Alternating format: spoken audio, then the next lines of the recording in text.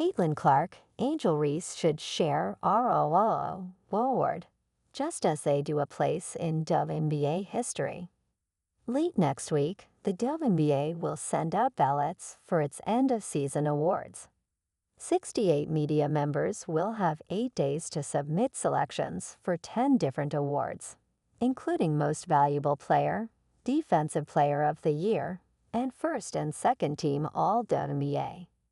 What I'm about to say will never happen, and I'm equally aware it would be wildly unpopular on the fringes of Caitlin Clark's and Angel Reese's fan bases, where rational discussion goes to die and a compliment of one player is viewed as a criticism of the other.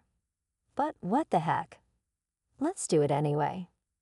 For me, this season's Rookie of the Year award should be shared by Clark and Reese, not only for their performances on the court, where each has done things never before seen in the league's nearly 3-decade history, but also for their impact off it. The two have been like neodymium magnets, attracting viewers and generating revenue at a dizzying rate. Longtime league followers will argue the Ballots' popularity was trending up before the rookie's arrival, which is true. But the level of interest among mainstream media and casual fans was negligible for much of that time. Broadcast partners even treated the Ballots as an afterthought, neither promoting nor amplifying it with much vigor.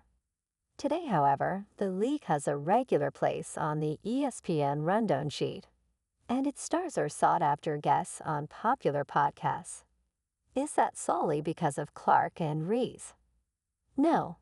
But is it largely because of them? Yes. Their key scores coming out of college were as high or higher than anyone in the WNBA, the byproduct of a rivalry that began 2 seasons ago when Reese and LSU defeated Clark and UA for the NCAA championship. In transitioning to the WNBA, the two brought all those eyeballs with them, raising the league's popularity to a point not seen since its inaugural season. Their influence can be seen in attendance figures. Clark, the all-time leading scorer in NCAA history, has helped the Indiana Fever go from ranking 11th among 12 teams in average attendance in 2023 at 4,066 spectators to no. 1 at 16,978, according to Across the Timeline. Not surprisingly, the Fever were the opponent in July when the 2-time defending champion Las Vegas Aces attracted 20,366 fans to T-Mobile Arena to record the largest WNBA crowd in 25 years. The fact that Indiana is also the top-drawing road team should not come as a surprise to anyone. The Fever are averaging 14,837 spectators away from home, according to Across the Timeline, but it might surprise casual observers to learn that the struggling Chicago Sky rank no. 2. The main reason? They're led by Reese and her 4.1 million Instagram followers. That's why I believe they should share the award.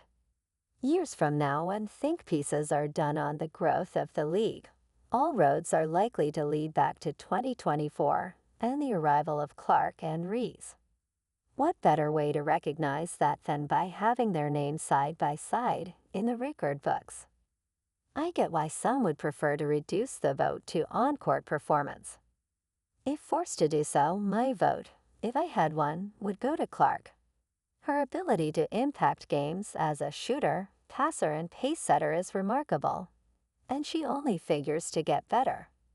Beyond that, she has helped to make the Fever relevant for the first time in years, rallying them from a 3-10 start to a team that could be a problem in the playoffs. Indiana has won 4 in a row, 6 of 7, and is 9-3 since July 6. During that stretch, the Fever defeated 4 of the top 5 teams in the standings: New York, Connecticut, Seattle, and Minnesota, as well as a dangerous Dallas team. At 17-16, they've clinched a playoff spot for the first time since 2016, are over 500 for the first time in more than 5 years and have scored 100 or more points in back-to-back games for the first time in franchise history. That means something. Individually, Clark has broken the franchise's rookie scoring record, the Dava's single game assists record, 19 versus Dallas, and is on pace to break the league's single-season assists mark. She currently ranks first with an average of 8.4 assists per game. More tellingly, she has scored or assisted on 37.3% of the Fever's points, according to ESPN, which would break the WNBA record if it holds. Reese's game is not as diversified or polished, but that should not be taken to mean it's any less dominant.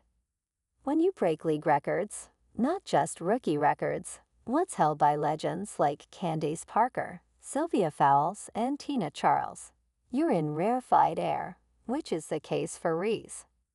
The Bayou Barbie, as she is known, is a relentless glass cleaner who holds league records for total rebounds and offensive rebounds.